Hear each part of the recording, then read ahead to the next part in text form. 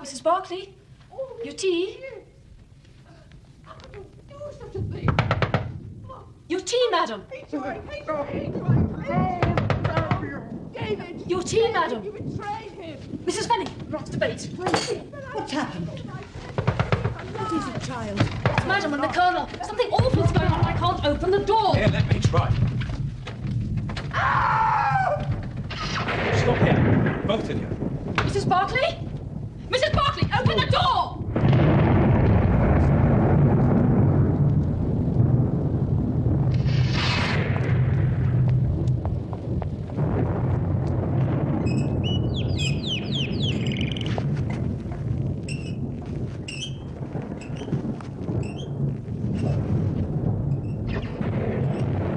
Mrs. Barclay, open the door! The door's locked on the inside as well, and there's no key. I'm going out for a doctor and the police.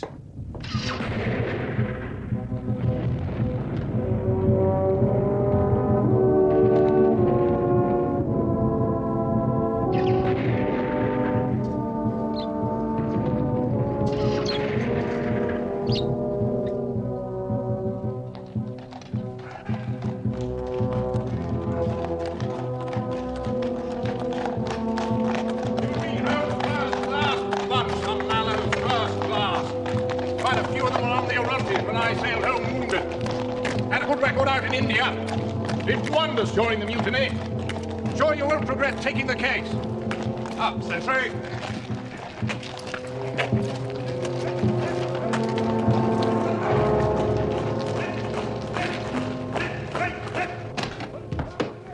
Dr. John Watson, formerly medical officer attached to the Royal Berkshires, now in civilian practice. Murphy, second in command, temporarily in charge of the Royal Mallows following the tragedy of our Colonel's death. And this will be Mr. Holmes. Please.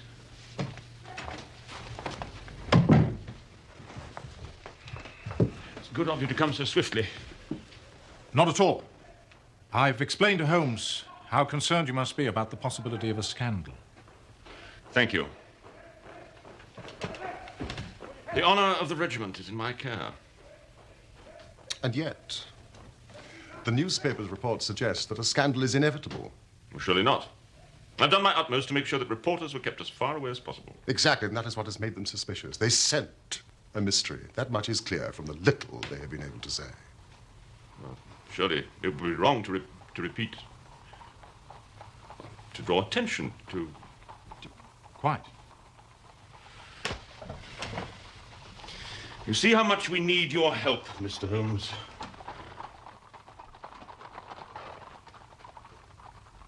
What do you say, Holmes? What can I say? Major Murphy, you have told me nothing. I have come down here after persuasion from my friend to Aldershot, who has more interest in military matters than I. Now that I am here, please, tell me the facts. The commanding officer of this regiment, Colonel James Berkeley, was found dead in his villa at about 10 o'clock the night before last. The body was found by Private Bates, his batman, lying in the morning room. There was a ragged cut 2 inches long in the back of his head, which had evidently been caused by a violent blow from a blunt instrument. And upon the floor by the body was a singular hand-carved wooden club. Also, stretched out on the sofa, lying in a dead faint, was Mrs. Berkeley. Please continue, Major Murphy. The servants had been alerted to the tragedy by the sounds of a quarrel between the Colonel and Mrs. Berkeley. They tried to enter the morning room, but found it locked. Bates had to go round by the garden and get in through the French windows. And I suspect Mrs. Berkeley. Yes, but she is quite incapable of such a dreadful act. I have been the late Colonel's second in command for a number of years. I've come to know Nancy Berkeley well. Of course. Tell me about Colonel Berkeley. Was he highly regarded by the men under his command? Considering his background, remarkably so. His background? Why? Was he ever disgraced? No. But it's not generally known outside that Jim Berkeley began his career as a private soldier in the Mallows. Did he indeed?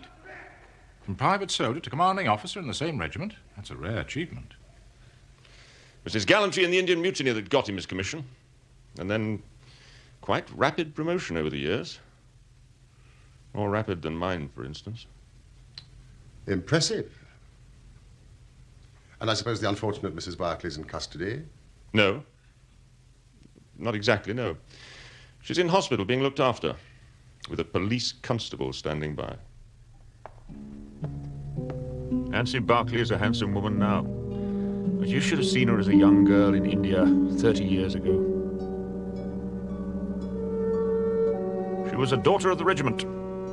Her father was the regimental son major, RSM Devoy, and therefore quite a formidable father-in-law for any soldier. I remember that all the men in my company thought her quite the prettiest girl in the garrison. As a junior officer, I had little to do with her, but I was aware that she was a most charming, most vivacious and spirited girl.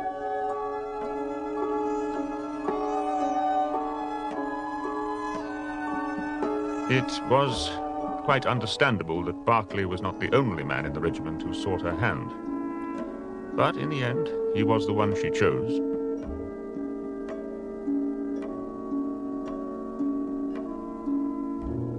They were married at Bertie, not far from Cawnpore, a few months after the besieged garrison there was relieved by General Neil's column in the summer of 1858. Shortly after the marriage, Sergeant Barclay got his commission as expected. Must have been difficult for the Barclays at first. NCO promoted from the ranks, married to a regimental sergeant major's daughter. Yes, I believe there was some little social friction. But Nancy carried it off with dignity and charm, and they gained acceptance in no time. Barclay's career flourished, and the regiment returned from India some 5 years ago. Barclay was then appointed commanding officer. And the marriage continued to be a happy one? It appeared to be so. Appeared? Most people believed the marriage to have been a uniformly happy one. And what do you believe, Major Murphy? My position as second in command often took me to the Barclays' house. I saw a different side to the marriage. The truth is more important than loyalty to your late commander. One night, I'd been dining at the Barclays. It wasn't until I reached the end of the drive that I realized I'd left my cigar case in the dining room.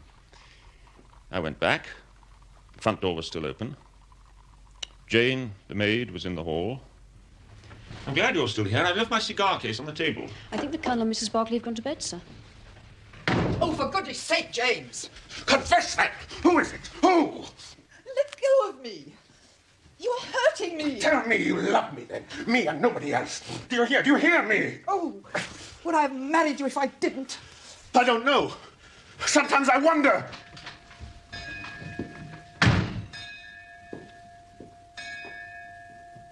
And this expression of jealousy occurred within seconds of you, Major Murphy, leaving the Barclays hut.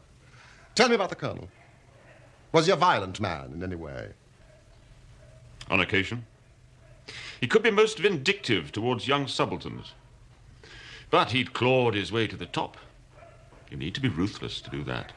Well, surely he didn't still feel out of place as an officer? No, I don't think so. But he was subject to a peculiar form of depression. The Queen. The Queen.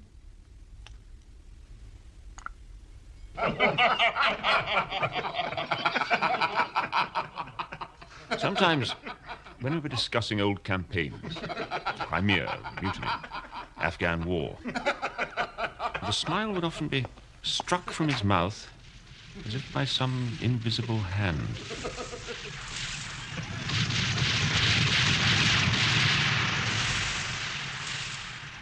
Yes, long service in India can have that effect.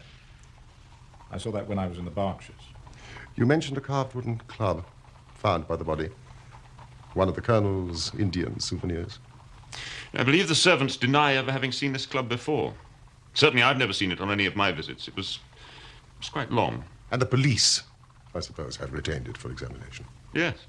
They believe it to be the murder weapon. Do they indeed? You know, I think we should begin by visiting the Barclays' house. Unless, of course, it is possible to interview Mrs. Barclay. I'm afraid she's still unconscious. I thought as much.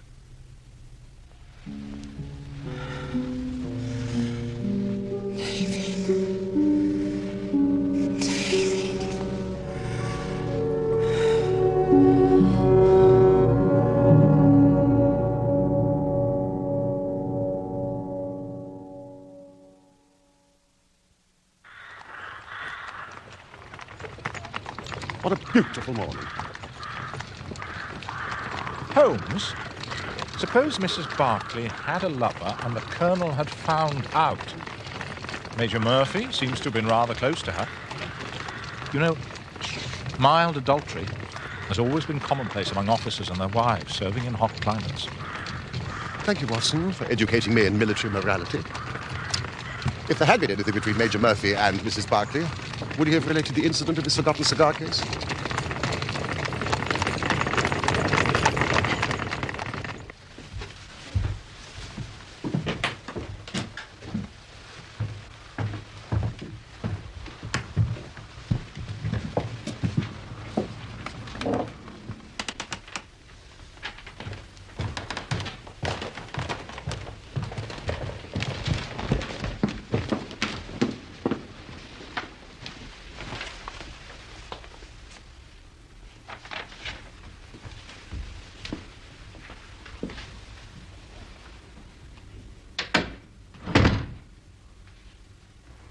It was about 7:30, sir, and I was waiting at table. Once a month, Mrs. Barclay spent the evening doing charity work in Aldershot.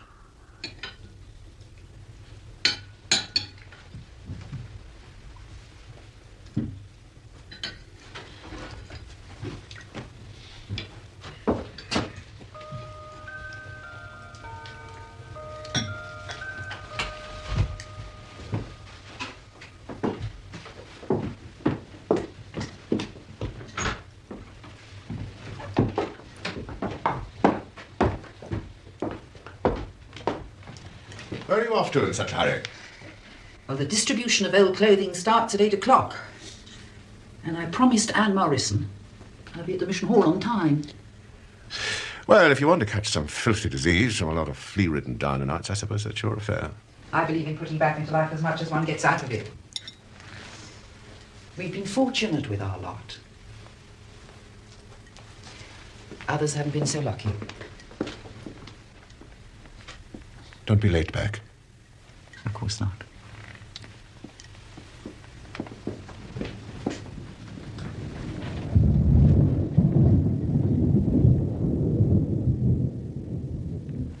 Mrs. Barclay must have returned about 9:15, sir. I was in the kitchen helping the cook with the dishes. There was thunder in the distance, and I was just saying to Mrs. Fenning that there was a storm brewing when the morning room bell rang. I came up here to find that Mrs. Barclay had returned. She was walking up and down this room, sir, very pale, upset.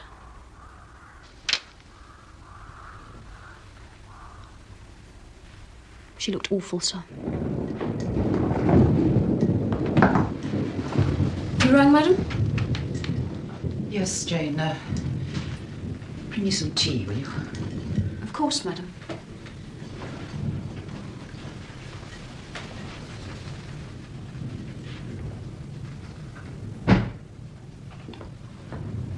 Jane, is that you?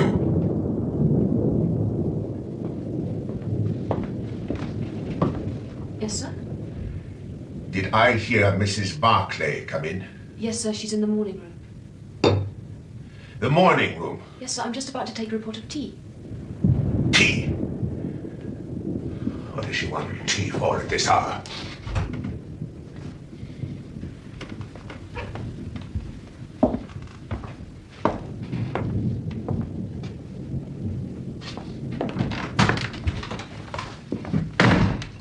And that presumably was the last time that anyone saw Colonel Barclay alive. Yes, sir. Can you think of any reason why your mistress came into this morning room at that time of night when the fire was unlit? No, sir. Did she often make a point of purposely avoiding the Colonel? Had you ever heard them arguing before? Not to my knowledge, sir. When you returned from the kitchen with Mrs. Barclay's tea, you found the door locked and you heard voices raised. Now, what exactly did you hear? They were arguing, sir. Mrs. Barclay called the Colonel a coward. She said, "You have ruined my life all these years."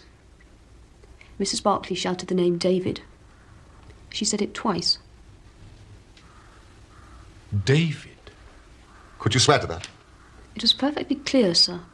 But the Colonel's name was James. Have you ever heard Mrs. Barclay refer to anyone called David? No, sir. I don't think she or the Colonel knew anyone by the name of David. And Major Murphy's Christian name is Patrick. Had they had any visitors recently by the name of David? I don't think so, sir.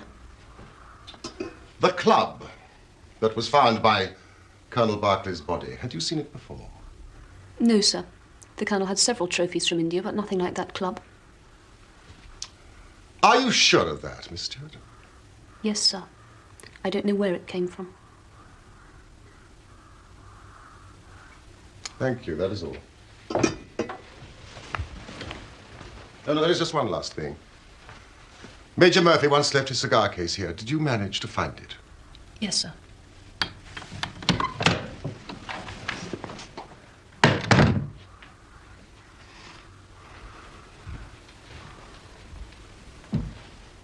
The Colonel was lying down here, sir.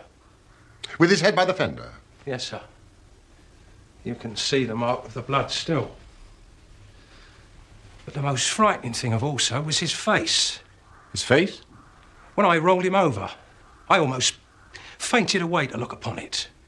It was all contorted, screwed up, with the most horrible look of fear and terror. As if he'd foreseen his own death? Quite possible, sir. Thank you, Bates. What apparition, what monster was it that could have frightened the Colonel so? Not Nancy Barclay, for sure. This door was locked shut, sir, and what's more, the key was missing.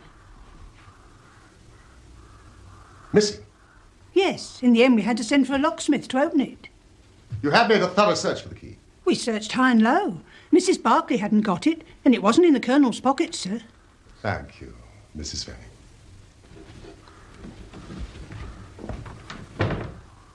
Watson, if the key was not in the door, and neither Mrs. Barclay nor the Colonel had it, then Then there must have been a third person. exactly, who either entered or left through those windows.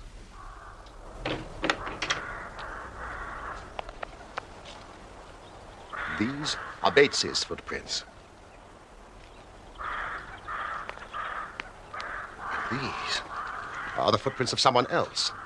Someone has recently crossed this lawn. The marks are just visible.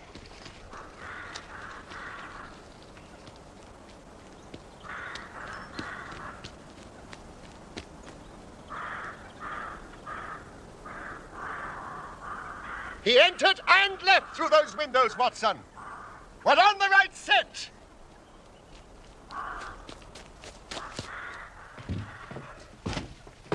Watson, look at this.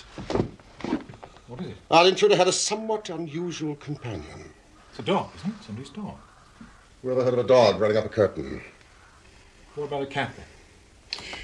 These paw marks are not those of a cat, not of a monkey, not of any creature that we are familiar with. I would think from hind foot to forefoot, at least 15 inches. Add to that the length of neck and head. You have a creature of no less than 2 feet. More if there's a tail. The length of its stride is odd. It indicates a creature with a long back and short legs. Something like a stoat or a weasel? We also know that it is carnivorous. How can you tell that? Well, you see, what made it run up the curtain? A canary. Exactly. Then what was this beast?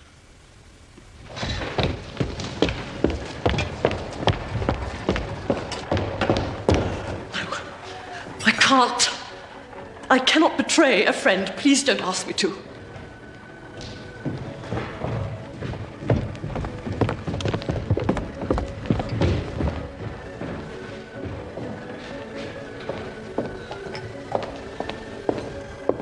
Miss Morrison. When Mrs. Barclay left her house to come here 2 nights ago, she was happy and contented. When she returned 2 hours later, she was a changed woman. Now the police suspect her of murder. You owe it to your friend to clear her name. You must tell me what happened last night that so changed her. Very well. I shall break my promise of silence if what I can say can really help her. So there was something. It was most bizarre.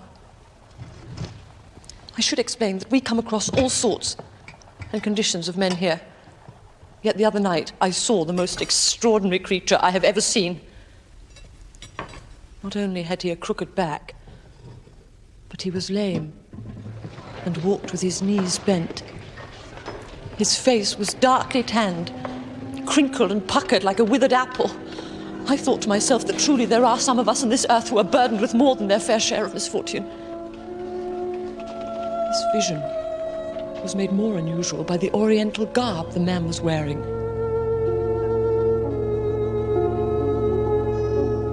I pointed this person out to Nancy as someone especially deserving of help. Nancy had indeed been in good spirits that evening, and I saw her go towards the man and ask him if he needed assistance. It was now that a change came over Nancy. She had begun a conversation with the man when suddenly all the colour drained from her face. She looked as though she had seen a ghost.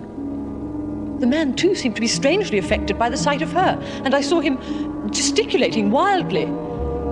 Nancy and the man went to a quiet corner of the hall, and they talked together for a few moments or so before I heard an angry shout from the man and saw him storm out, waving his fists in the air.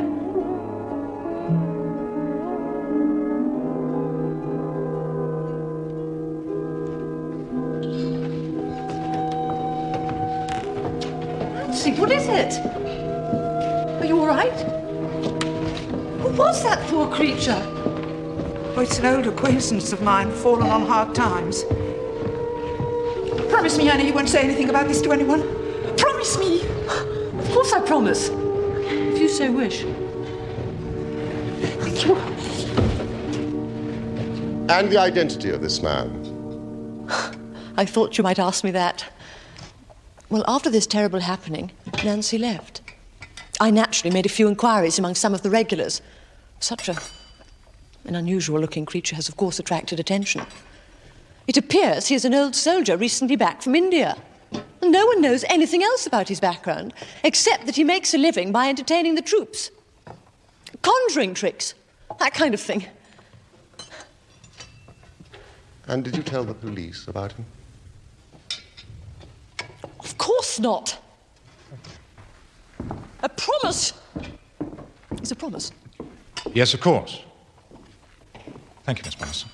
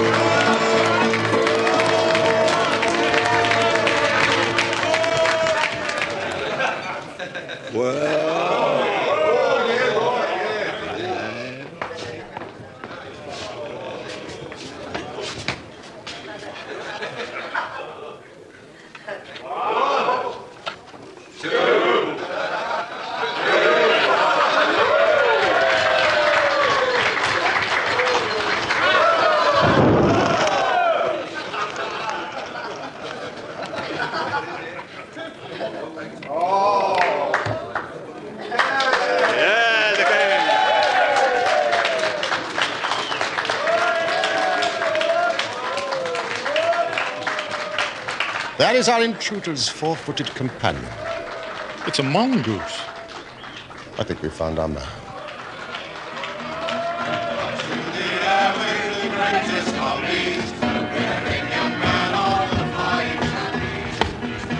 Mr. Henry Wood, I believe, native India.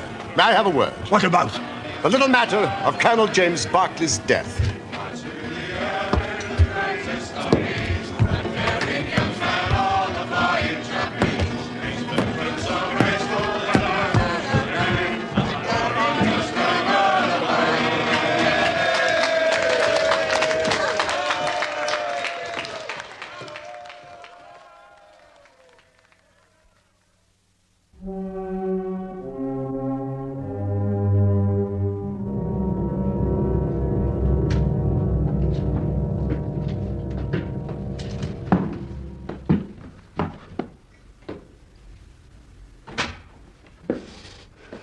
She is innocent.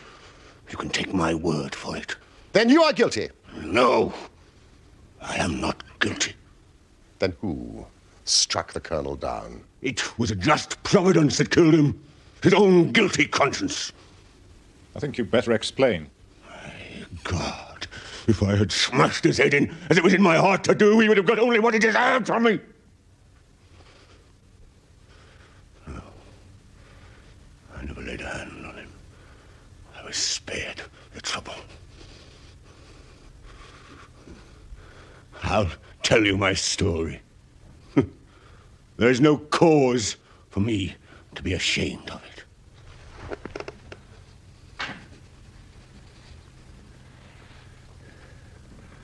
You see me now, with my back like a camel, my ribs all awry. But there was a time when Corporal Henry Wood was the smartest man in the Royal Mallows. You were in the same regiment as Colonel Barclay? Oh, yes. But he was Sergeant Jim Barclay then. We were in the same company. And we had something else in common. We were both in love. The same woman, Nancy Devoy. Yes, the daughter of the regimental sergeant major. Yeah. There were two men who loved her. But only one whom she loved.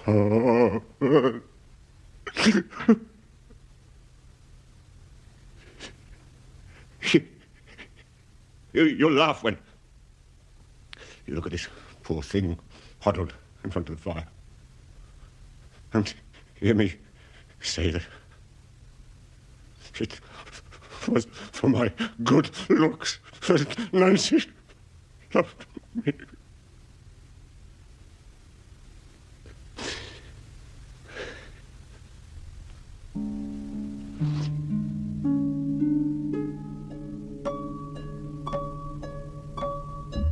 I was the one she loved, all along. But although I had her heart, her father didn't approve of me. I was a harum-scarum, reckless sort of lad, but I was always honest and plain dealing as well. No, Nancy's father wanted her to marry Barclay. He was careful to keep out of trouble, always did the right thing. Not like me, who took Nancy to places her father didn't like. Besides, Barclay had had an education. He was already marked for the sword belt. RSM Devoy naturally thought Barclay the better match for his daughter. But she remained true to me. And we would have married had it not been for the mutiny. Why did Nancy Devoy not marry the man she loved? It was monsoon time, 1857, and the sepoys rose up against the British. The regiment was shut up in Bati. There were 10,000 rebels round us, pinning us down like terriers round a rat cage. We don't short of food and ammunition, and we had to communicate with General Neil's column that was moving our country. It was our only chance to get help.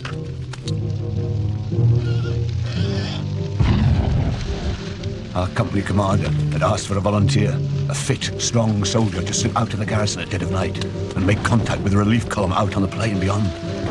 Like a fool, I volunteered. It was a dangerous mission, all right. There were 1,000 lives in peril. But I was thinking of only one of them.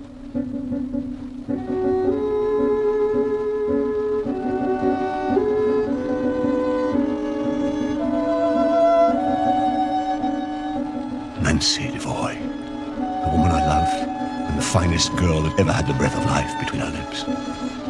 Saying goodbye to her was the hardest thing.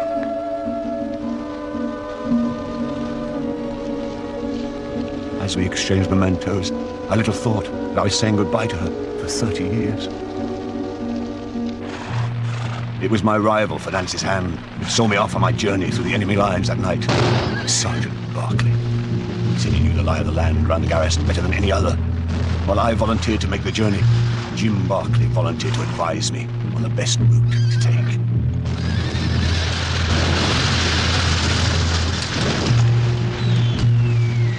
So, just after 10, while my comrades gave me covering fire, I set off.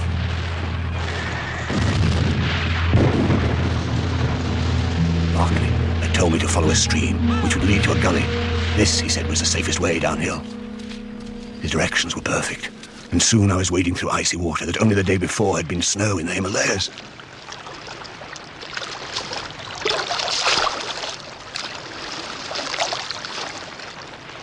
I could see the lights and fires in the rebels' camp, but I kept well down, out of sight of their sentry posts. I came to the gully and thought I was safe.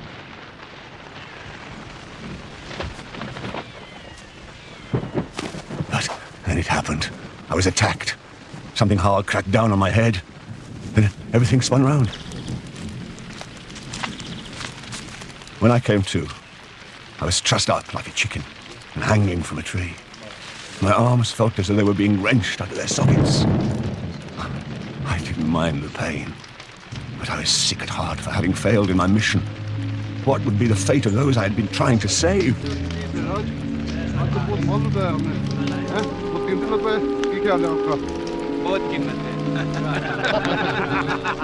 But the biggest blow came as I listened to what I could understand of the rebels' talk. I heard enough to realize that I had been betrayed.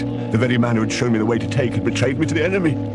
Barclay had got rid of me to make sure he could have my girl.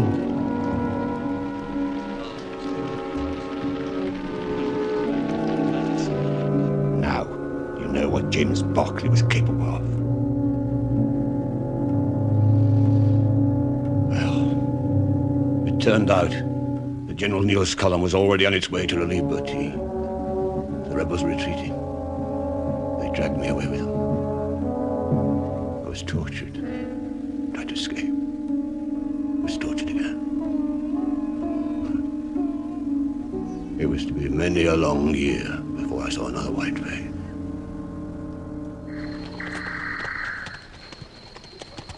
My captors fled north, further into the hills, and used me as a sort of slave.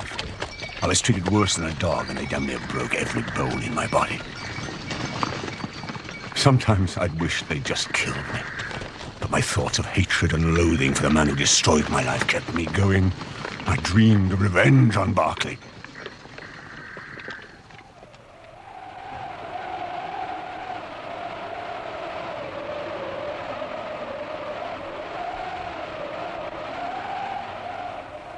One day, some Afghan tribesmen murdered the rebels who held me prisoner. They left me for dead too. But by a miracle, I still lived.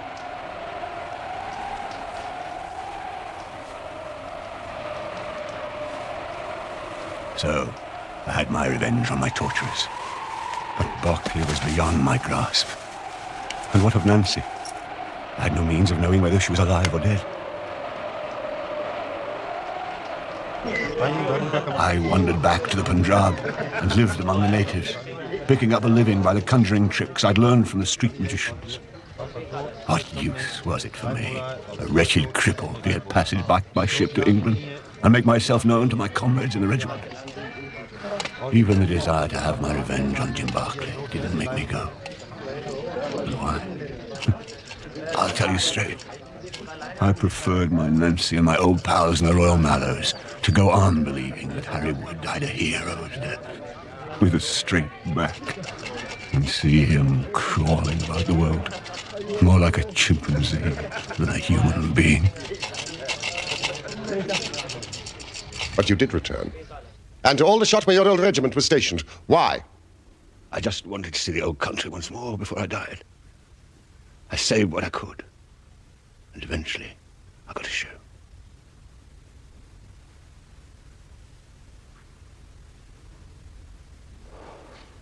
I didn't know the regiment was stationed here in Aldershot. I just wanted to be where there were soldiers. I could earn my keep, going round the canteens, doing my tricks to entertain them. And I no longer wanted to kill Berkeley. The fires of revenge had burnt low over the years. Until I saw her.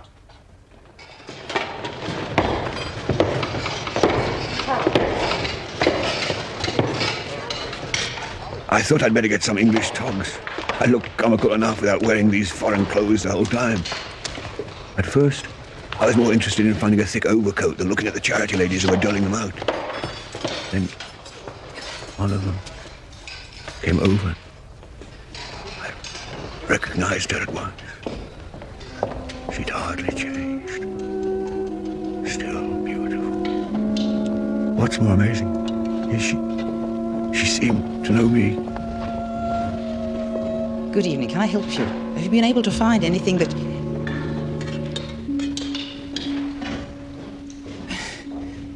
I'm sorry, I thought I... Nancy, it is me. Don't be afraid. I thought you had been dead these 30 years. I have been.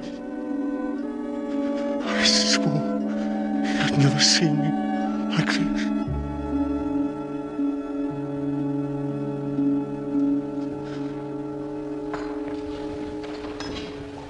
We spoke for a moment or two together. I told her some of my story. I should have spared telling her that her husband was a traitor, but it all came pouring out of me, 30 years of hate. She was so affected by what I said. I couldn't stand it. I went outside. Then I saw her come out of the mission, and I followed her home. I saw her go into the house. A light came on. I saw her sitting in a chair. And then he came into the room.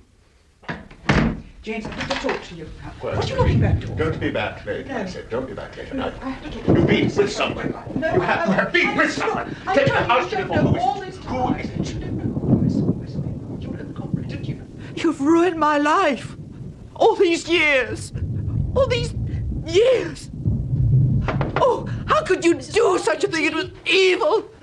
No, I hate you. I hate you. I hate you. No, Dad. To see him lay a hand on her made me mad with anger. My feelings overcame me. No. David! David, you betrayed him. It's not true. Mrs. Fenning's alive. I tell you, I've seen him. He's alive. No. You're mad.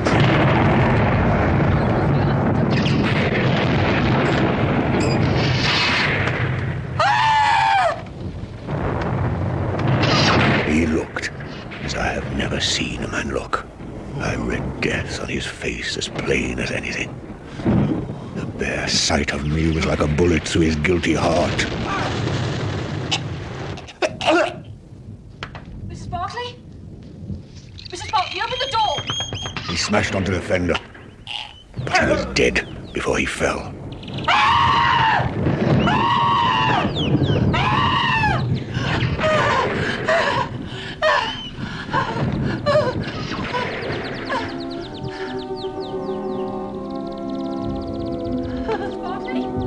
Mrs. Barclay, open the door!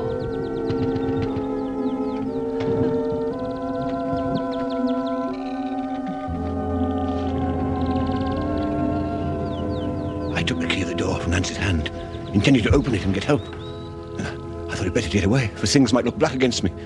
In my haste, I thrust the key into my pocket, whilst I was chasing Teddy, who escaped from his box and run up the curtain. Teddy.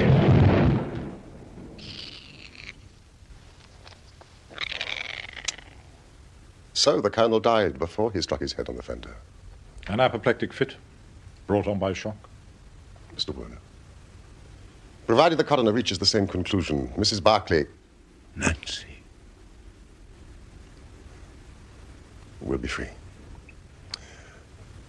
I trust you would have no objection to repeating your story to the police, should the need arise.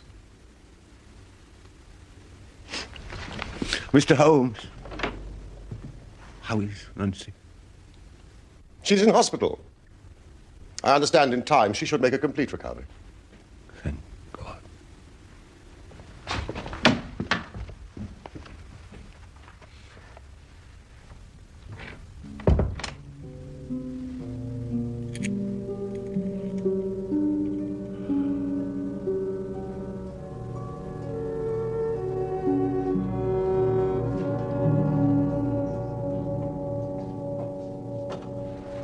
Oh, Annie, how lovely to see you. Yes, I'm much better. Holmes, there's just one thing I don't understand. If the Colonel's name was James, and Wood was called either Henry or Harry, then who the deuce was David? Ah, my dear Watson, that name David should have told me the whole story. Had I been the ideal reasoner, which was so fond of depicting, but alas, my powers of deduction failed me. You see, David, in this case, was evidently used as a term of reproach. Reproach? Don't you remember how King David sent Uriah the Hittite into the forefront of the battle to die so that he might steal his woman Bathsheba? I think you'll find the story in the first or second book of Samuel. My Old Testament is a little rusty.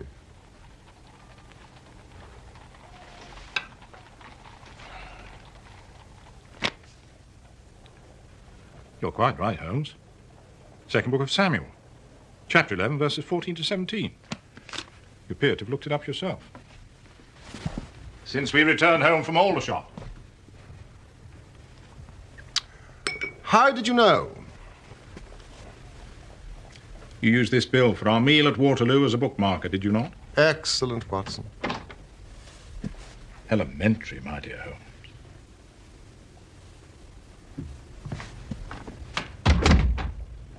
Good night, old fellow.